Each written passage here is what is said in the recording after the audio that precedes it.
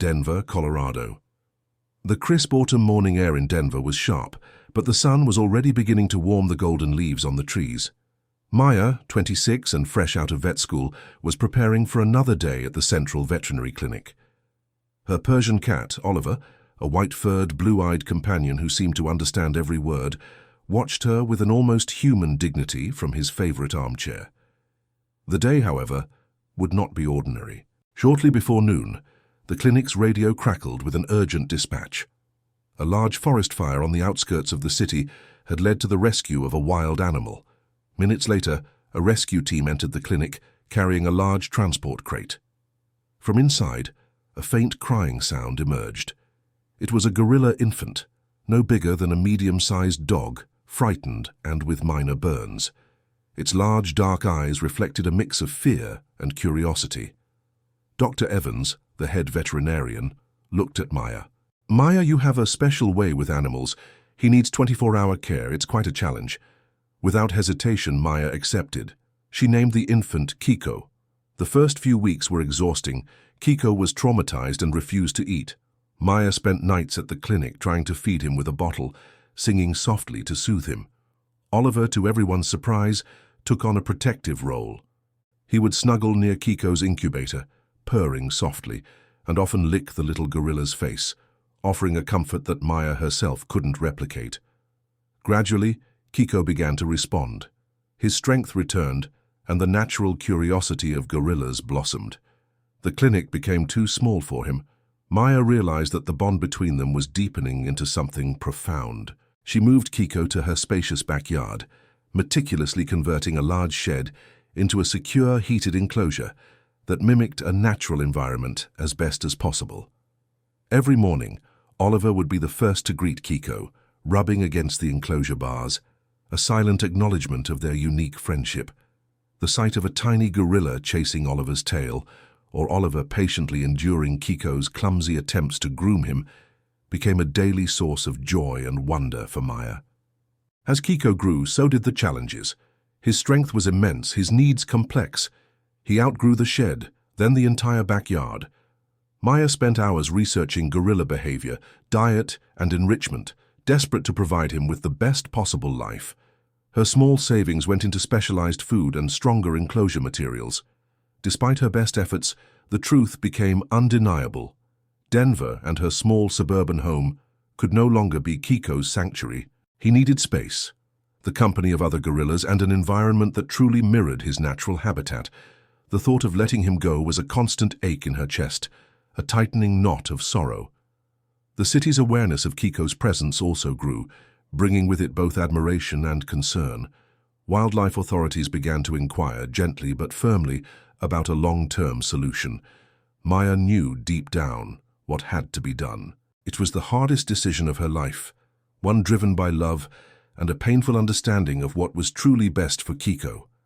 The search for a suitable home for Kiko was exhaustive. Maya spent months contacting sanctuaries across the country, looking for one that prioritized the well-being and natural development of its residents. Finally, she found the Great Apes Sanctuary in Florida, renowned for its vast naturalistic enclosures and its commitment to reintroducing rescued primates to social groups. The facility was state-of-the-art, with expert primatologists and a philosophy that resonated deeply with Maya. Yet the thought of Kiko being thousands of miles away, among others of his kind, felt like a betrayal of the unique bond they shared. The day of Kiko's departure was marked by a somber quietness that hung heavy in the Denver air. A specialized transport team arrived, their faces grim but understanding. Kiko, now a robust juvenile, sensed the change in atmosphere. He clung to Maya, his strong arms wrapped around her, his mournful hoot echoing her own silent grief. Oliver, unusually subdued, sat on Maya's shoulder, his tail twitching slowly, as if mirroring her distress. He nudged Kiko's head with his own, a silent goodbye. Maya held Kiko close, burying her face in his thick fur, the scent of him, earthy, wild, and intimately familiar, burning into her memory. Each stroke of his back was a silent promise to never forget. The goodbye was agonizing. As Kiko was gently guided into his custom-built transport crate, His eyes met Maya's, filled with a primal confusion and sorrow that pierced her heart. She watched the truck drive away, a tiny speck disappearing down the road, taking with it a piece of her soul. The days and weeks that followed were a blur of emptiness. Maya returned to her routine at the clinic, but the vibrant energy that Kiko had brought into her life was gone. Her home, once filled with the playful grunts and gentle thuds of a growing gorilla, felt hollow. Oliver, sensing her profound sadness, rarely left her side, purring louder, rubbing against her legs more frequently. He would often stare at the empty spot where Kiko's enclosure once stood, as if searching for his unusual friend. Years passed. Maya dedicated herself to her work, finding solace in healing other animals. She followed Kiko's progress through the sanctuary's newsletters and occasional updates from the primatologists. He was thriving, integrated into a social group, learning to be a gorilla among gorillas. Each photo, each small anecdote, brought a bittersweet mixture of pride and longing. The raw pain of separation had dulled, replaced by a quiet ache. The vividness of Kiko's infancy began to fade, softened by time and the demands of everyday life.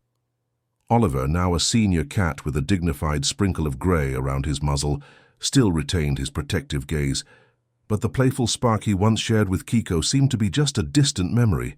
The idea of ever seeing Kiko again felt like an impossible dream, a relic of a beautiful, poignant past.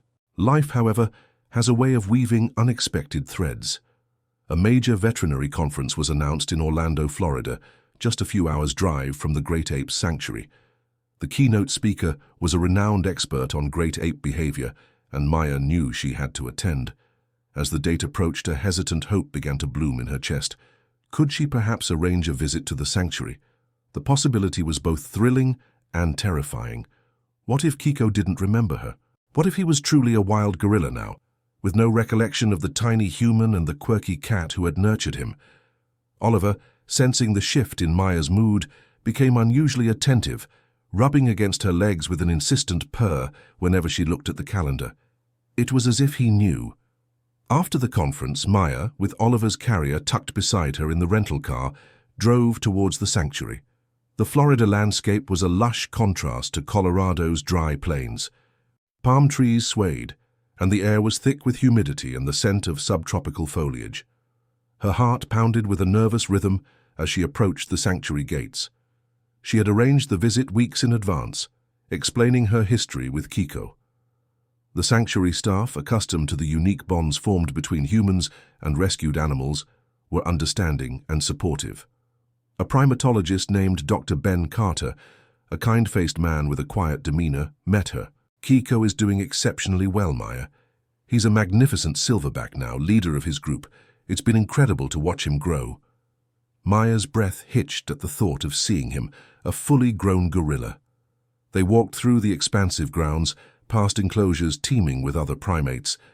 Finally, they reached Kiko's habitat. It was a vast, forested area, complete with climbing structures, feeding stations, and a naturalistic stream.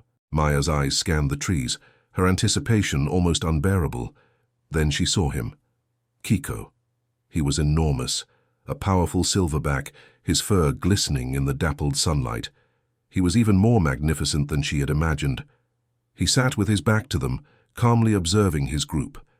Maya's heart swelled with a mixture of awe and profound emotion. "Kiko," she whispered, her voice thick with unshed tears. At the sound of her voice, Kiko's head snapped up. He turned slowly, his gaze sweeping over the fence line past Dr. Carter until his eyes landed on Maya. For a long moment, he simply stared. Then, a flicker of something passed through his dark eyes. Recognition. Doubt. Maya stepped closer to the fence, her hands trembling. "Kiko, it's me, Maya." She opened Oliver's carrier, and the old Persian cat, surprisingly agile, jumped out and sat beside her, his blue eyes fixed on the giant gorilla. Kiko took a slow step forward, then another. His massive frame seemed to hesitate, as if grappling with a distant memory.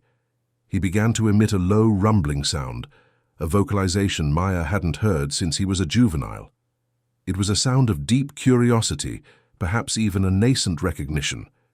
He approached the fence, his eyes still locked on Maya. Oliver, emboldened, began to purr, a loud, vibrating rumble that cut through the humid air. It was a sound Kiko knew intimately from his earliest days. Then, something incredible happened. Kiko extended a massive hand towards the fence, not in aggression, but in a gesture of tentative reach. Oliver, without hesitation, padded forward, pressing his head against the wire mesh, purring louder, rubbing against the invisible barrier. As Oliver did this, Kiko lowered himself to the ground, mimicking Oliver's posture, and began to make soft, guttural sounds, the same sounds he used to make when Oliver groomed him as a baby. Tears streamed down Maya's face. He remembered. Not just her, but Oliver. The bond, forged in an unexpected rescue, nurtured through sleepless nights and tested by years of separation, had endured. Kiko slowly brought his enormous hand to the fence, near where Oliver was pressing against it. His fingers, calloused and powerful, gently touched the wire, almost caressing it. It wasn't a physical embrace, but a profound, silent communication. It was the forgotten embrace, finally remembered. Maya extended her own hand, tears blurring her vision, placing it against the fence, mirroring Kiko's gesture. In that moment, the years of separation vanished. It was a reunion not just of a woman and a gorilla, but of a unique family, bound by an extraordinary love that transcended species and time. It was a powerful reminder that some connections are simply unforgettable. Thank you for watching. If you were touched by Maya and Kiko's story, please subscribe to our channel for more real-life-inspired dramatizations. Please remember that this story is fictional and created for entertainment purposes.